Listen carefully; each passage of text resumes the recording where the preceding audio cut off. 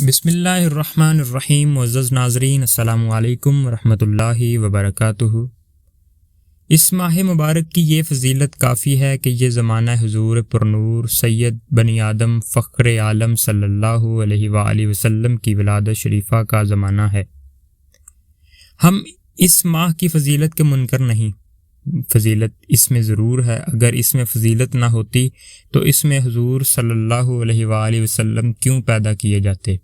جس زمانہ میں آپ کی ولادت ہوئی وہ مہینہ ایسا نہیں ہے کہ صلی اللہ علیہ وآلہ وسلم کی ولادت سے اس میں شرف نہ آئے. جیسے کہ ولادت شریفہ کا مکان اس وجہ سے معظم ہے کہ حضور صلی اللہ علیہ وآلہ وسلم کی جائے ولادت یعنی پیدائش کی جگہ ہے. چنانچہ آج تک وہ موضع شریف محفوظ ہے اور لوگ اس کی زیارت کرتے ہیں. اسی طرح وہ زمانہ بھی شریف ہوگا جس زمانہ میں حضور صلی اللہ علیہ وآلہ وسلم کی ولادت ہوئی. جیسے جمعہ کا دن تمام دنوں کا سردار اور سب سے افضل دن ہے کیونکہ اس دن میں حضرت آدم علیہ السلام کے 3 واقعے ہیں. ایسا ہی یہاں بھی ربیع الاول میں حضور صلی اللہ علیہ وآلہ وسلم کے 3 واقعے ہیں.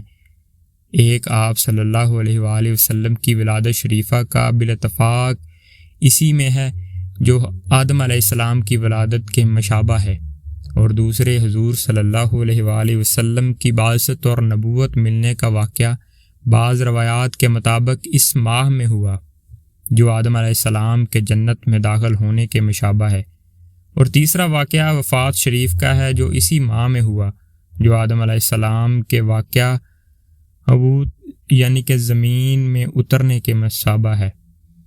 وما علینا الا البلاغ المبین. شکریہ.